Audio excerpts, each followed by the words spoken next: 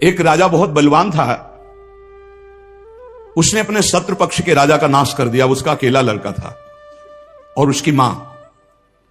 अब हर समय शत्रु पक्ष का राजा इस चाल में रहता था कि उस बालक को मार दें तो निष्कंटक अधिकार। और उसकी मां बड़ी भागवत थी, रात दिन भजन करती, भगवान से प्रार्थना करती कि भगवान मेरे बालक की रक्षा करना। और भगवान के जो सिद्ध संत होते हैं भगवत स्वरूप होते हैं। उन्होंने विचार किया, संत के हृदय में एकदम भजन में बैठे थे उसी राज्य में, विचार एकदम आया कि अच्छा भगवान का आदेश है तो लीला करनी पड़ेगी। और लीला का उस समय इंतजार करने लगे। तो जो राजा बलवान था, जिसने शत्रु पक्ष के राजा को मारकर उसके लड़के को मारने को ठाना था, उसकी राजकुमारी थी, उसके स्वयंवर की रचना की जब बात आई, कमंडल उठाया, लंगोटी कस के बांधी कमर में, पहुंच गए दरबार में। और वो परिचित थे तपस्या और उनके भजन से, जे भी देखा तो साष्टांग दंडवत राजा हुए। देखो, बाहरी आचरण से कैसे भी नहीं जाना जा सकता महात्मा के स्वरूप को, उनकी लीला को। राजा को मालूम था कि ये बड़े प्रसिद्ध और तपस्वी महात्मा हैं। राजा ने तत्काल अपनी कन्या को बुलाया, प्रणाम करवाओ, महाराज आए हैं। राजकन्या बुलाई गई, महात्मा के चरणों में प्रणाम हुआ। महात्मा ने ऐसे देखा नक्सिक तक और कहा, इस लड़की का तो विवाह हम करेंगे, किसी राजकुमार से न कर देना।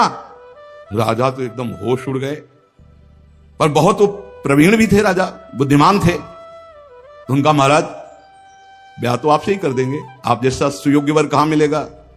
80 वर्ष की अवस्था, शरीर में झुर्रियां पड़ रही हैं, दूल्हा की पोशाक मात्र में लंगोटी, धन संपत्ति मात्र में लौकी का कमंडल, आप जैसा दूल्हा कहां मिलेगा। कुछ शर्त हैं, उनका आप पालन कर दो। गए, अपने तिजोरी से इतने बड़े बड़े मोती 2 लाए। बोले, ये हमारे पूर्वजों के द्वारा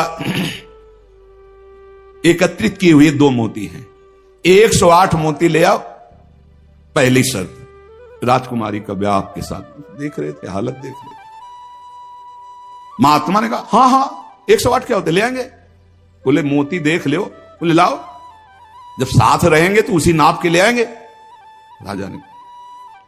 राजा ने सोचा इनको, और बोले, महाराज लगन के पहले, क्योंकि लगन निकल गई तो फिर बात कैसे बनेगी, तुम चिंता मत, तुम्हारे कुल की प्रथा पूरी करूंगा और कन्या से विवाह करूंगा।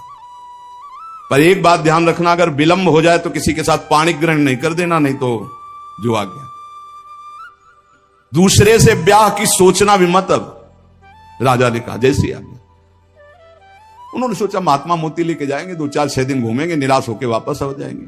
उनको क्या पता था कि जो भगवान के दास होते बड़े जिद्दी स्वभाव के होते हैं। अब वो ऊंचे दर्जे के सिद्ध महात्मा हाथ में मोती लिए हुए पहुंचे। विचार किया कि यार मोती किससे मांगूं, किससे खोजूं, कहां जाऊं। तो उनका समुद्र को रत्न गर्भा कहा गया, समस्त रत्न है, रत्नाकर है, सब रत्न उसमें विराजमान। समुद्र से सीधे मांग लेते हैं चल के।